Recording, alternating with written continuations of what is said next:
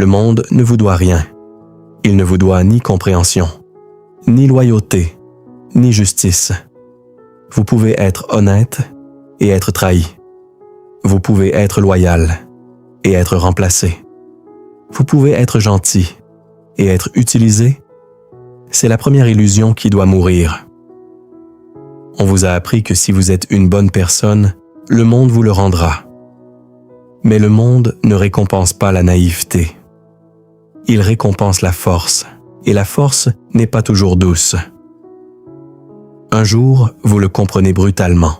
Vous donnez votre énergie, votre temps, votre confiance, et en retour, vous recevez silence, mépris ou manipulation.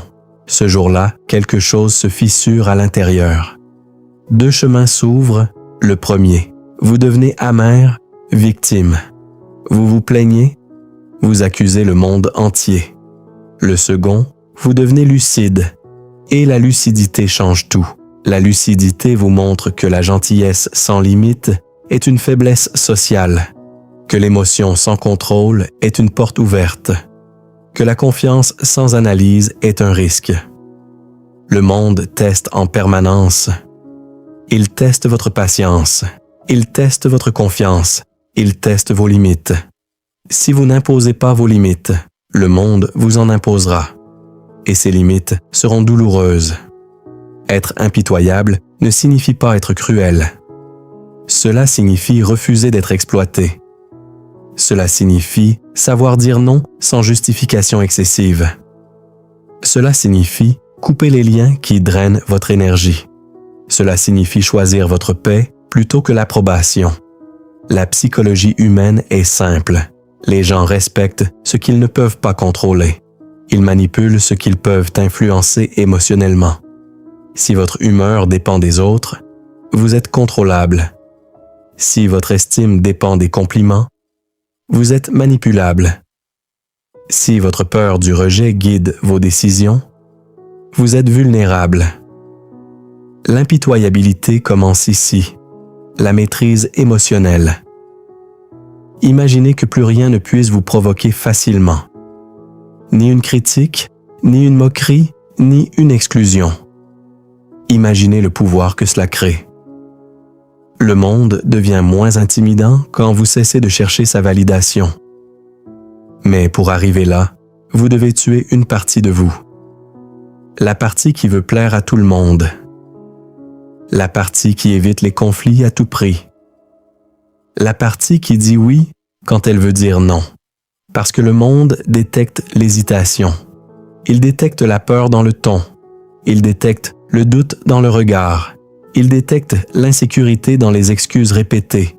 Et il pousse, encore et encore, jusqu'à ce que vous craquiez ou que vous changiez.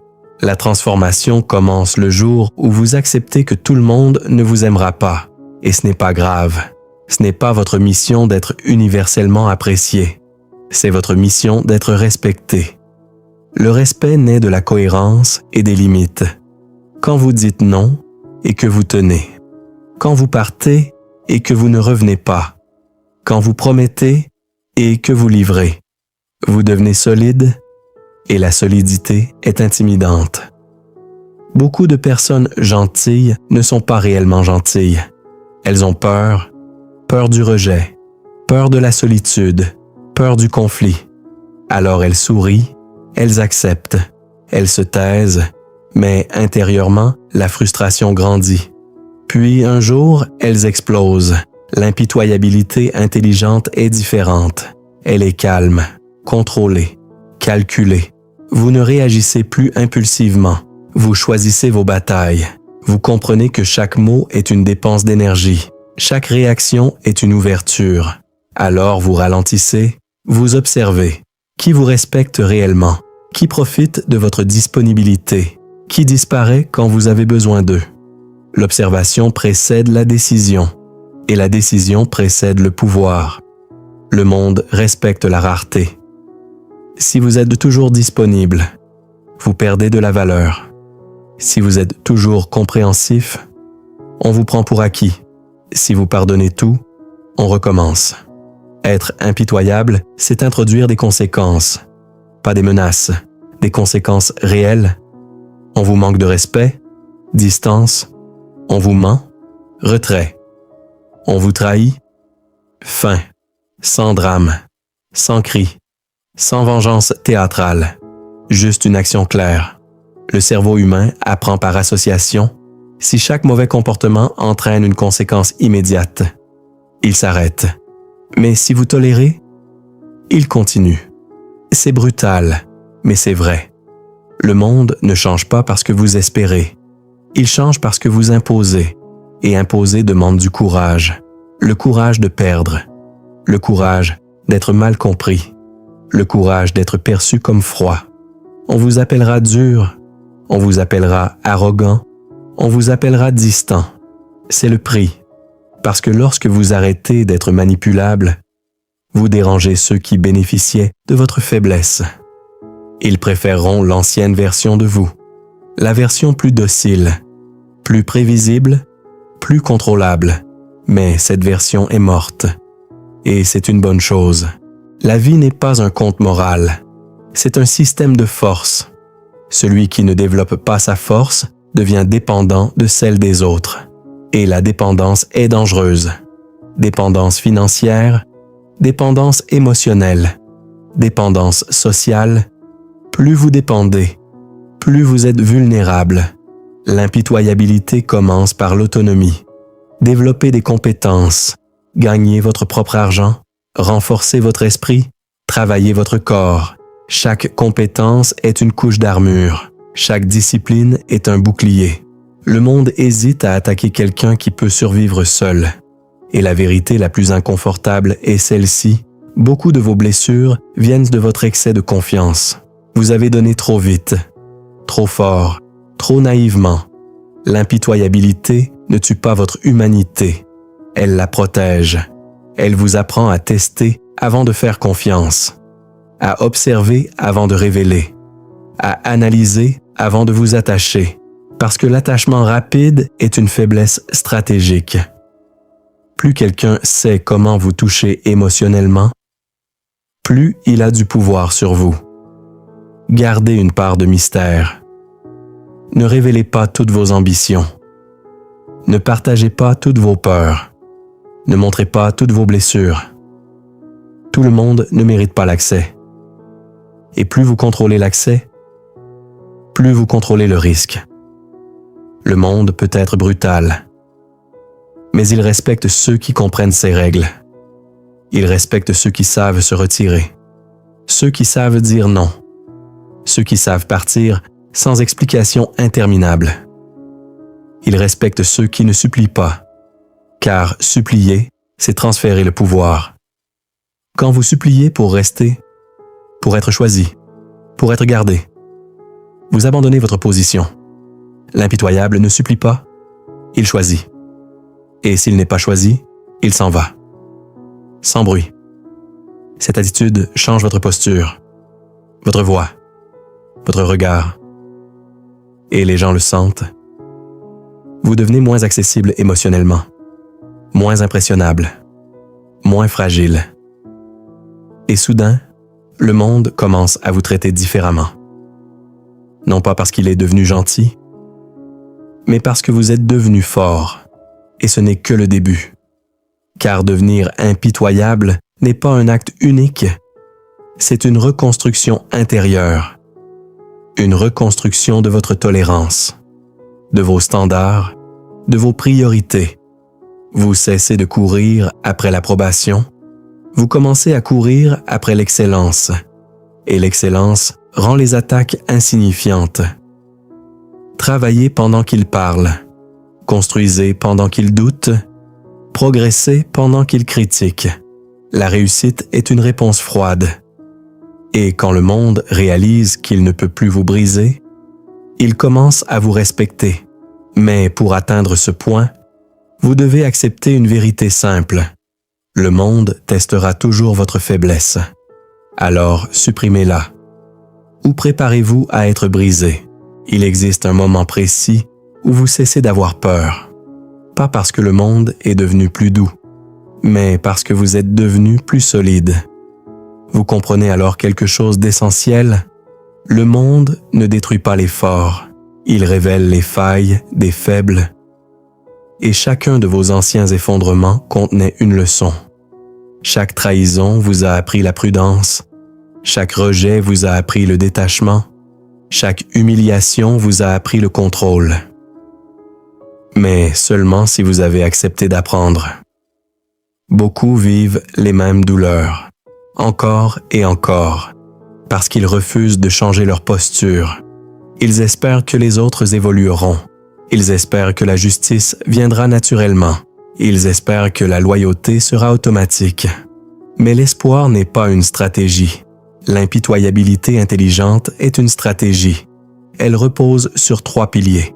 Clarté, discipline, détachement. La clarté, c'est savoir exactement ce que vous tolérez et ce que vous ne tolérez plus. La discipline, c'est appliquer ces standards même quand c'est inconfortable. Le détachement, c'est ne pas s'effondrer quand quelqu'un quitte votre vie parce que vous avez imposé ces standards. Car oui, quand vous devenez plus strict, plus stable, plus exigeant, certaines personnes disparaissent. Et c'est une bénédiction déguisée. Le monde ne vous brise pas d'un seul coup. Il vous use lentement, par des micro-manques de respect, par des petites manipulations, par des promesses non tenues, par des critiques déguisées en conseils. Si vous laissez passer les petites choses, les grandes arriveront. L'impitoyable corrige tôt. Pas avec colère, avec fermeté. Un regard suffit parfois. Une phrase claire. Un non sans justification. Vous n'avez pas besoin d'expliquer vos limites à ceux qui les comprennent. Et ceux qui ne les respectent pas n'ont pas besoin d'explication, mais de distance. Ensuite, vient la gestion du pouvoir personnel. Le pouvoir ne se crie pas, il se ressent. Une personne puissante ne parle pas plus fort, elle parle plus lentement, elle ne cherche pas à dominer chaque conversation. Elle laisse des silences, elle n'essaie pas de convaincre tout le monde. Elle choisit quand intervenir. Le monde observe les signaux faibles, votre posture, votre patience, votre capacité à rester calme sous pression. Si vous paniquez facilement, on vous teste davantage. Si vous explosez rapidement, on apprend à vous provoquer. Si vous restez centré, on hésite. Le calme est intimidant. Il crée un déséquilibre chez ceux qui fonctionnent dans le chaos. Puis, il y a l'arme la plus sous-estimée, l'amélioration silencieuse. Pendant que d'autres critiquent, vous développez une compétence. Pendant que d'autres parlent de vous, vous renforcez votre réseau. Pendant que d'autres espèrent votre chute, vous consolidez votre position. L'impitoyable ne cherche pas la victoire immédiate. Il prépare la domination à long terme, et cela demande de renoncer à certaines gratifications rapides, pas de vengeance impulsive, pas de confrontation inutile, pas de démonstration d'ego. L'ego est le piège. Il veut répondre, il veut prouver, il veut corriger chaque injustice. Mais chaque réaction inutile consomme votre énergie. Et l'énergie est votre ressource la plus précieuse. Canalisez-la vers la croissance, votre corps, votre esprit, vos finances, vos relations stratégiques. Plus vous devenez compétent, moins le monde peut vous menacer. L'indépendance est la forme ultime d'impitoyabilité. Si vous pouvez partir à tout moment, vous ne serez jamais retenu par la peur. Si vous pouvez reconstruire, vous ne serez jamais paralysé par la perte. Si vous pouvez être seul, vous ne serez jamais contrôlé par l'abandon. C'est cela la liberté. Et la liberté dérange. Parce que la majorité fonctionne sur la dépendance. Dépendance affective, dépendance financière, dépendance sociale. Quand vous n'avez plus besoin désespérément, vous devenez dangereux. Mais souvenez-vous d'une chose essentielle. Ne confondez pas impitoyable et cruel. La cruauté est émotionnelle. L'impitoyabilité est rationnelle. La cruauté cherche à blesser.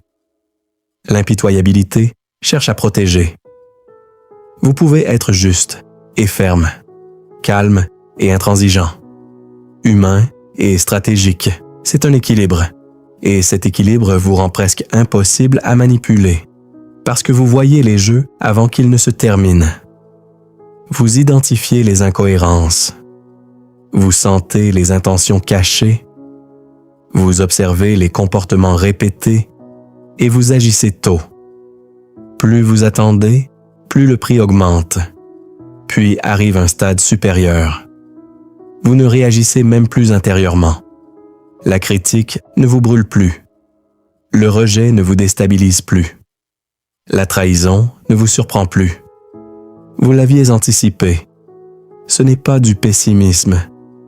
C'est de la préparation mentale. Vous espérez le meilleur, mais vous êtes prêt pour le pire. Cette posture change votre énergie.